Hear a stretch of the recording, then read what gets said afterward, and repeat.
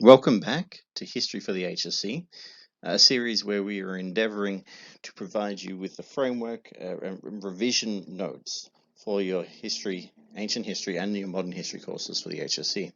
We're continuing today our series in Power and Authority, and today we come to the rise of dictatorships, but we're going to actually break this down into the various dictatorships that we need to be concerned with. So today we're looking at the rise of Mussolini and fascism in Italy. We're doing a deep dive into that, and then later on we'll move on to looking at the rise of the dictatorships in Stalinist Russia and in Tojo's Japan. So please join us as we take this deep dive into the rise of Mussolini.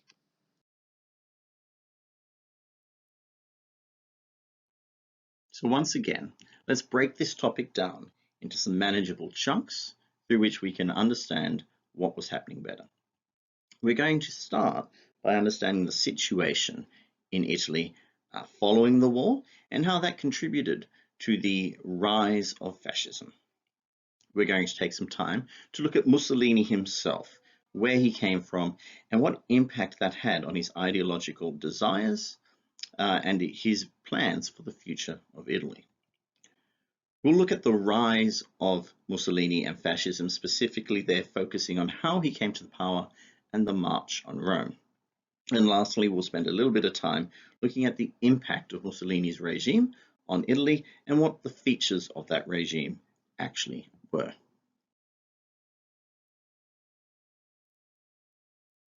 So let's take some time now to consider the situation Italy found itself in following World War I and in the lead up to the rise of Mussolini in the 1920s. When we consider the impact of World War I on Italy, we need to understand, firstly, what the physical impact on Italy was. Italy had committed somewhere around 5.6 million soldiers to the war effort against the Central Powers.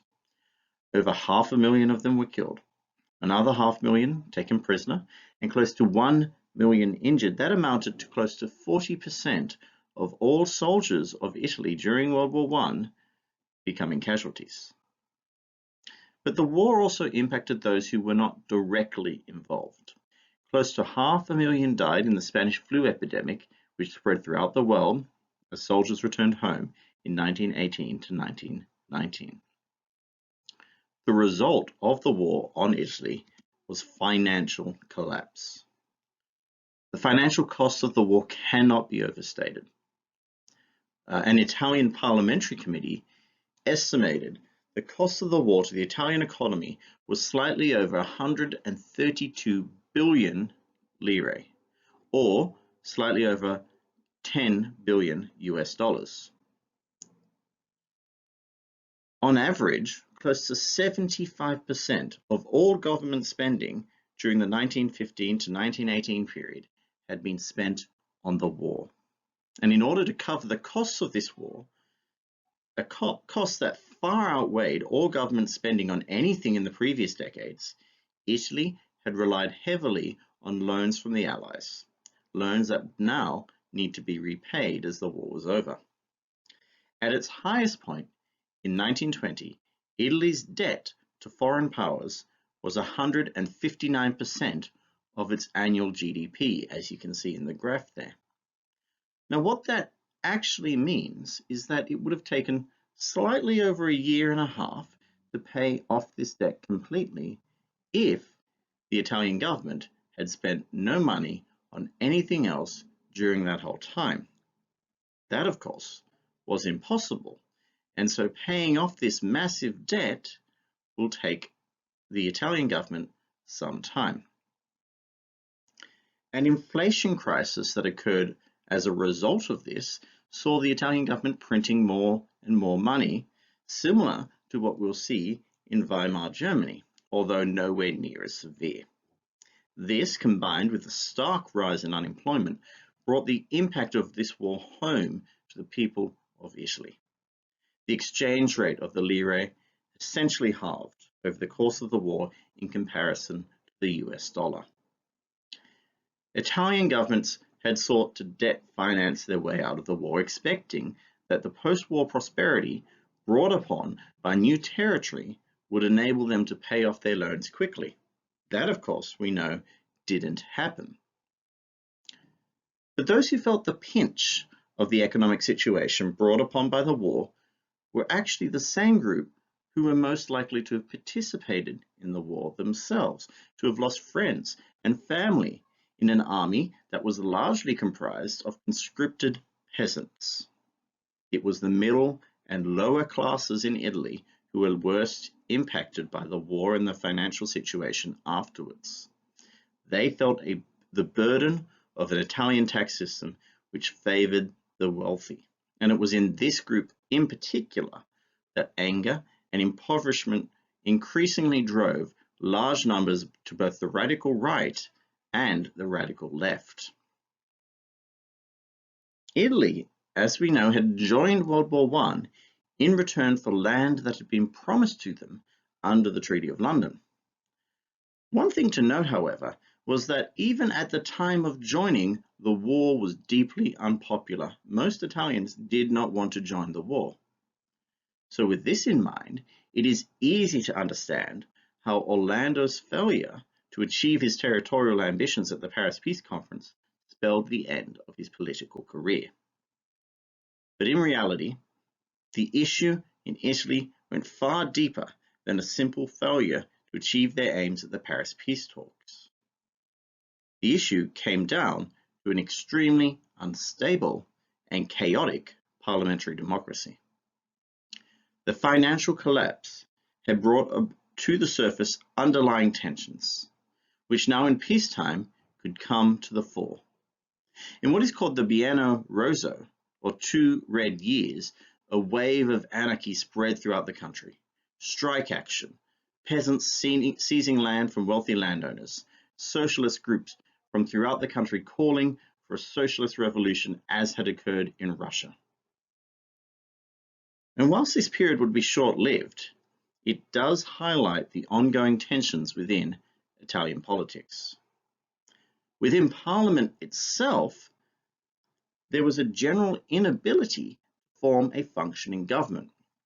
Between 1919 and 1922, Italy had seen 4 separate ruling parties come and then go.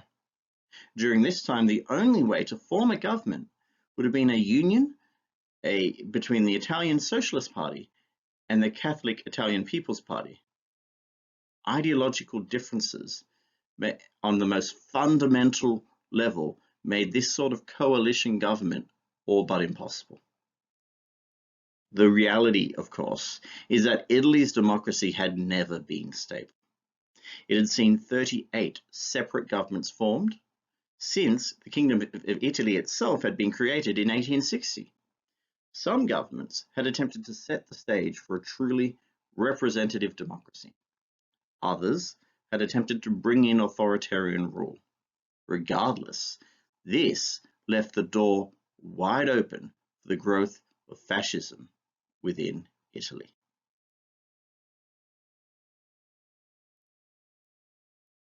And so we've seen the war created a situation of financial collapse in Italy and highlighted an already broken democracy.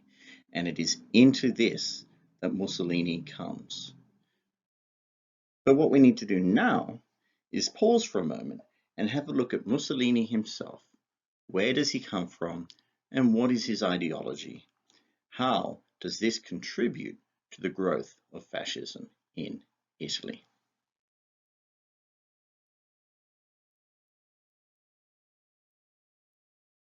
Mussolini was born on the 29th of July, 1883, in a poor backwater village where Mussolini and his family lived and grew up relatively struggling. His father was a blacksmith by trade, but beyond this was also a socialist politician in the local government, one who had been known to threaten violence against his political rivals. His father had been arrested several times under suspicion of revolutionary activity. And Mussolini spent much of his formative years working with his father in his smithy, adopting many of his political views, a sort of mix of Italian nationalism and socialism. His mother, on the other hand, was a very different case. She was a devout Catholic and a schoolteacher, which did lead to some issues with the family as Mussolini grew up. His father, an ardent atheist, his mother, a devout Catholic, his father despising the Catholic Church. And as a result, several compromises were made. Mussolini was not baptized, but he would be sent to a school run by Salesian monks. Whilst he was intelligent and capable, Mussolini did struggle to fit in at school. He was disobedient and unruly, and soon he found himself expelled for stabbing another student. This was not the last time he would stab another student. Despite this, he was successful in his studies, graduating from school in 1901 and qualifying as a teacher. Because when you're choosing potential new school teachers, selecting the person who has a history of stabbing people is always a good idea. Regardless, Mussolini had instead set his mind on becoming a journalist. And in an effort to avoid the compulsory military service, he traveled illegally to Switzerland. It was here that he took his studies of socialism to the next level, fully immersing himself in the socialist movement. Mussolini became increasingly involved in the socialist movement while living in Switzerland, writing for a socialist newspaper, organizing meetings, and giving speeches to workers on the socialist ideology. He reportedly even met with Vladimir Lenin, who was hiding in Switzerland at the same time. Mussolini was arrested several times while in Switzerland for advocating violence and strike action, and later for falsifying his papers. He would return to Italy in 1904 and carry out the compulsory military service that he had escaped. Continuing to work with the Socialist Party of Italy, writing newspapers and participating in protests against the government's invasion of Libya in 1911, which he denounced as an imperial invasion. And by this time, he was recognized as one of Italy's most prominent socialists. However, as tensions within Europe increased in following 1911, Mussolini's writings began to suggest that he was going further and further away from the socialist cause and the consensus among Italian socialists. Whilst he initially joined his party in condemning the World War I, writing an article for a socialist newspaper entitled "Down with the War, We Remain Neutral," his narrative slowly began to change. Indeed, Mussolini soon began to press for Italian involvement in the war. His argument was that the Austro-Hungarian autocracy had continually oppressed socialists, and so participating in the war would bring about the liberation of the Austrian people and the growth in power of Italy. He highlighted the imperialistic desires of the Central Powers and called for the Italian Socialist Party to commit to supporting the war effort. This would see him expelled from the Socialist Party and lead to a dramatic reversal in his political ideology.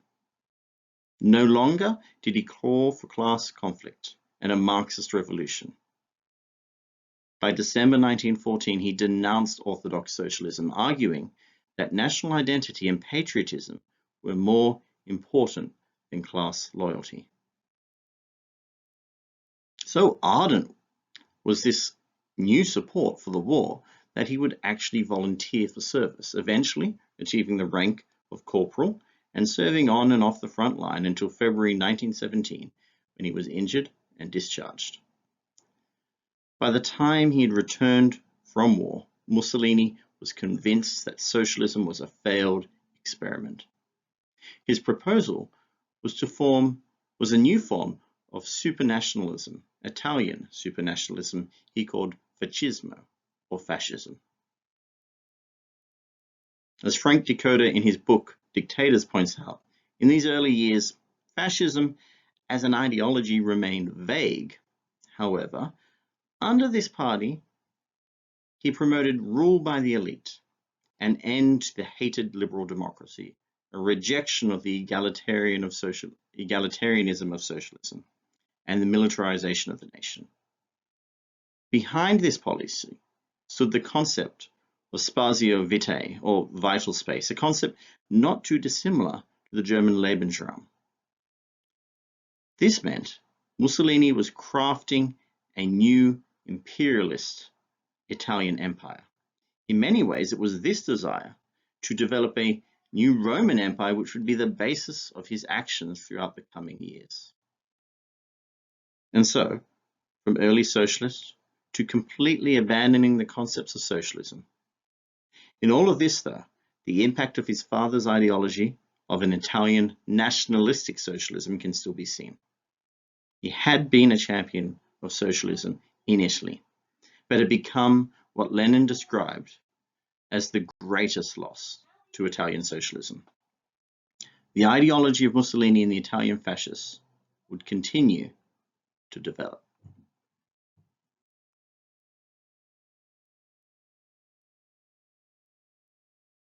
And so into the chaotic anarchy that was Italy following World War I came Mussolini, a man with a new brand of politics, a man arguing for fascism, and a man that would soon turn the whole world on its head as he rose to power in a completely unexpected manner.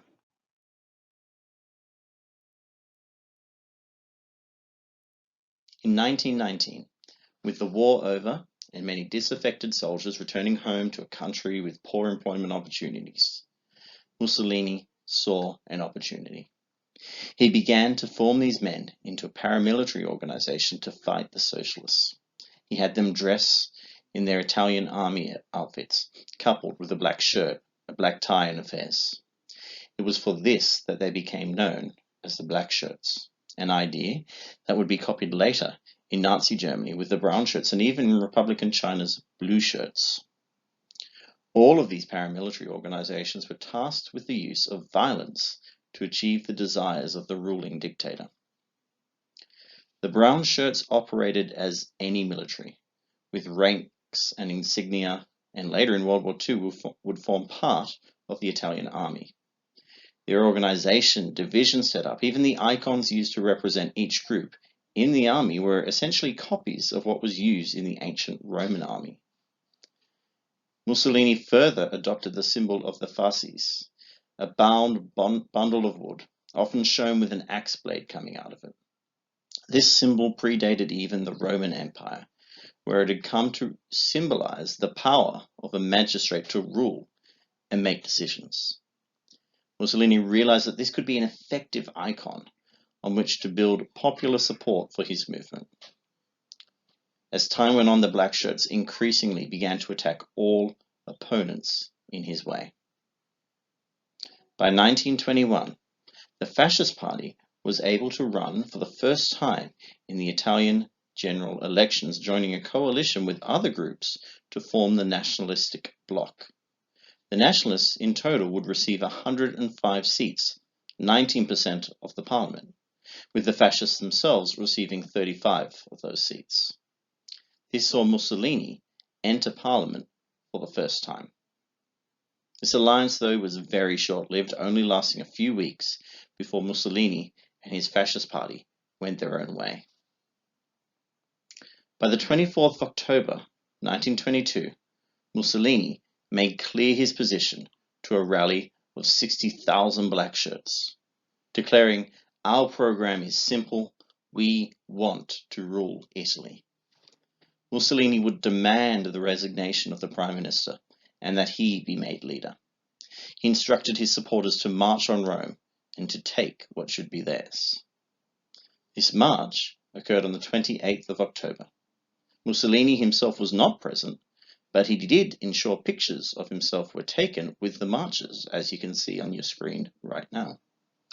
Instead, Mussolini arrived by car in Rome the following day on the 29th.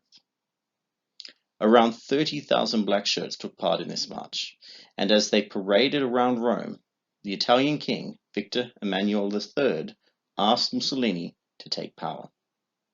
What that means is that Mussolini's seizure of power was actually completely legal. But the question we have to ask is why the establishment allowed this to occur. Well, in part, it was the threat of civil war, although by this point that fear had largely been resolved. In the end, the authorities submitted due to fear. Mussolini had played a bluff and they had fallen for it. Whilst he did have general support from the military and business class and the right wing of politics, it was not complete. The black shirts themselves numbered only about 200,000 at this point, and only 30,000 of them were in the capital. Beyond this, it is likely that the king and his advisors believed that Mussolini was not actually a threat to the status quo, that he supported the idea of a ruling elite. Whilst in the end this would not prove 100% correct, as elements of socialism still remained in his fascist ideology, particularly in the nationalization of businesses. To put it in perspective, by 1934, Mussolini himself claimed that 3/4 of all industry in Italy had been nationalized. The only country to have nationalized more than that was the Soviet Union. In the end, though, the reason the king and other political leaders agreed and made Mussolini leader was they felt they could control him. Much like President von Hindenburg and von Papen believed they could control Hitler. Both would be proven wrong. Initially, Mussolini would rule as a prime minister in a coalition of right-wing parties, and opposition was still occurring. In reality, however, during this time, Mussolini governed through a series of legal dictatorships that were allowed via the Italian constitution. This would last up until 1925, when Mussolini would give up any pretense of democracy, declaring himself Il Duce, or the leader, and claiming responsibility for all the violence that was being perpetrated by the black shirts, and essentially daring his opposition to do something about it. In a defiant speech, he exclaimed, "If fascism has been a criminal association, then I am the chief of the criminal association." His opposition remained silent, and the true dictatorship would begin with what Frank Dakota called a campaign of intimidation on all levels.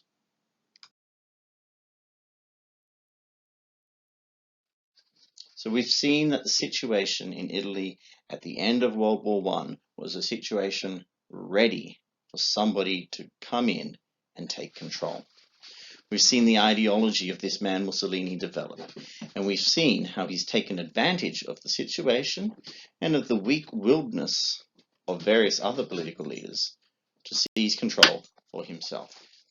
Now, we want to understand, how did Italy change as a result of Mussolini coming to power?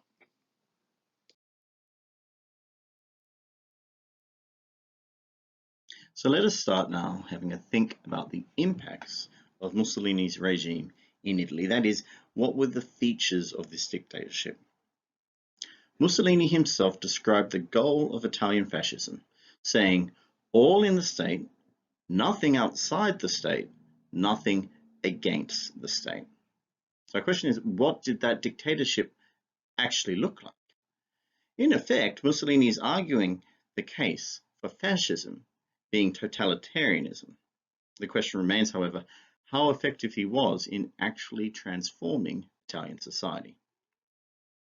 The first consideration we need to make when looking at the features of the dictatorship in Italy is the suppression of opposition.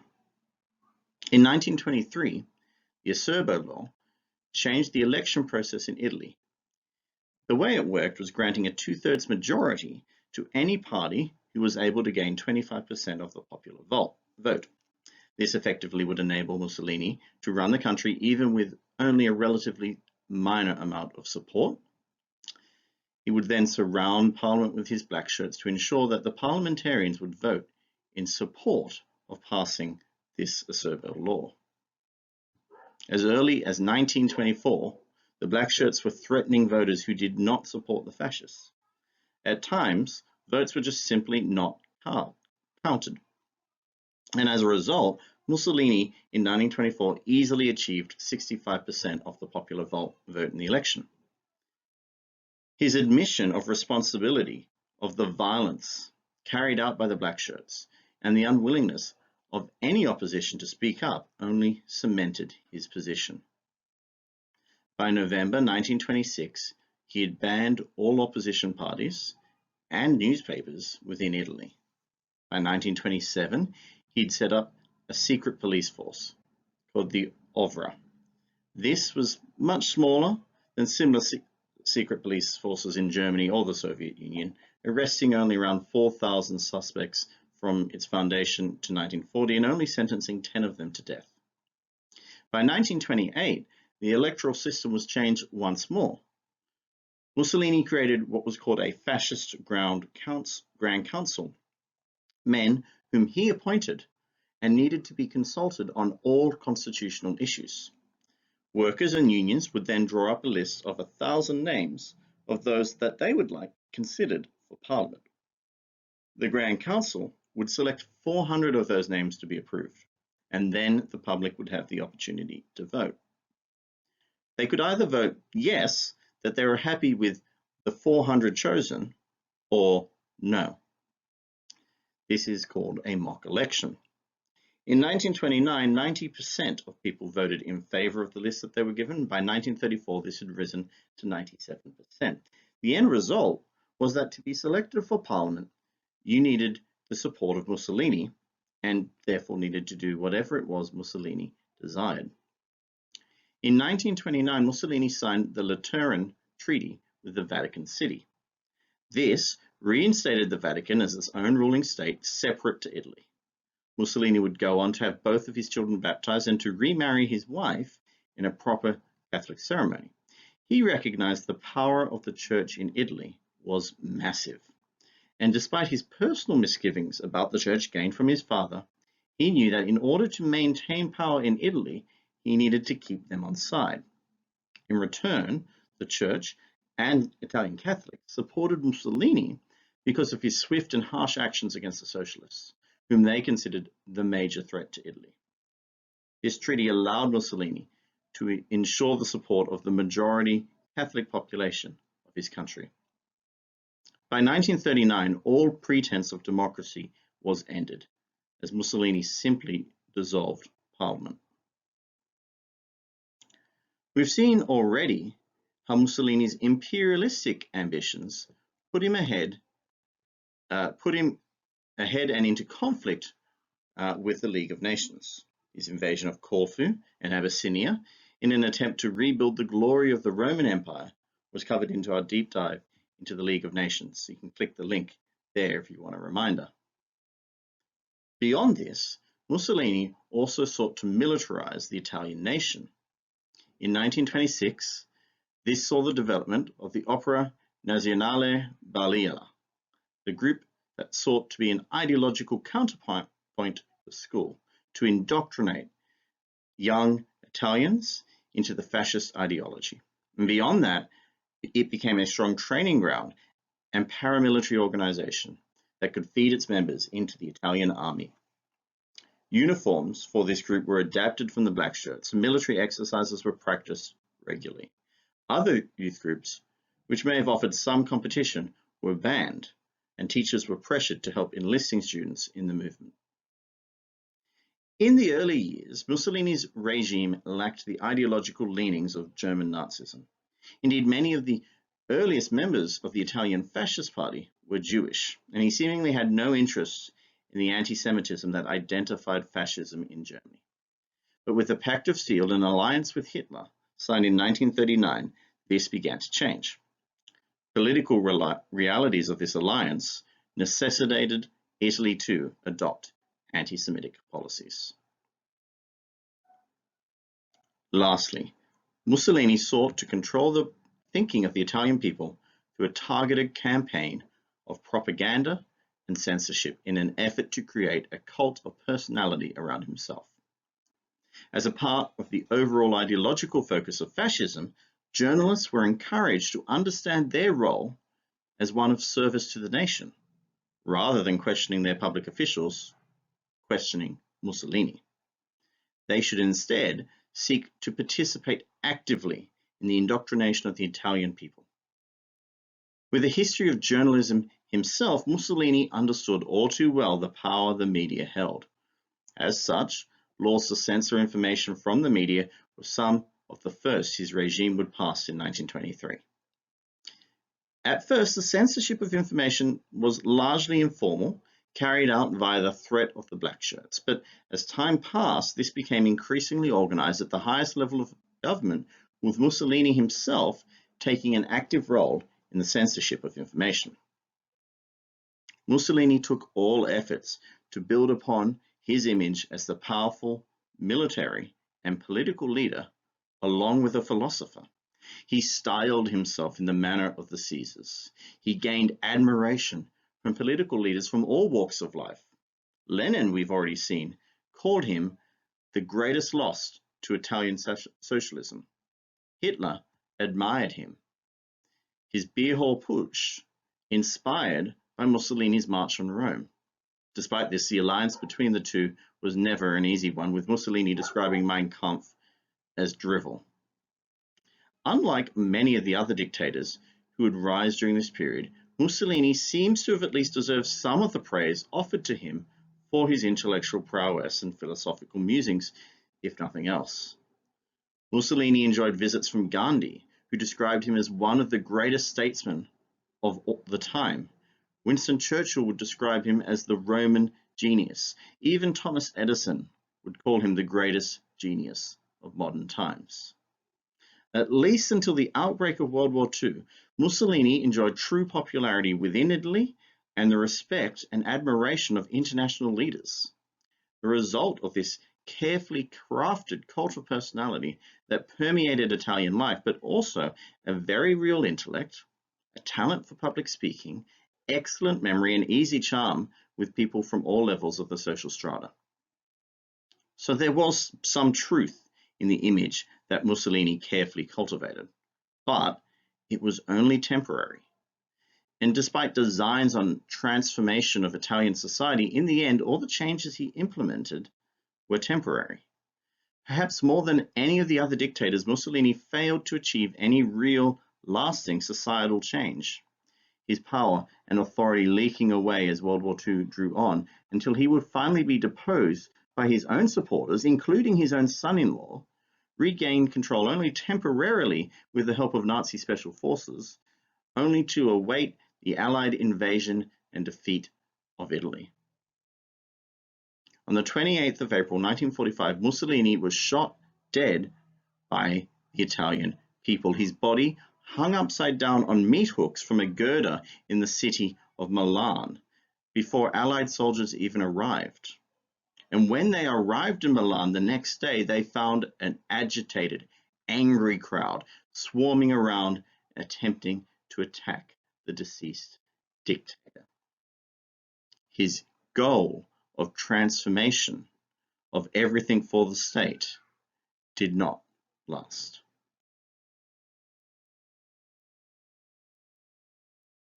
And so we've seen a situation in Italy following the war of instability, of financial ruin, a situation which allowed Mussolini, with his super nationalistic ideals and the glory of Italy, to rise to power, to demand power, and to be given power through democratic means via the March on Rome.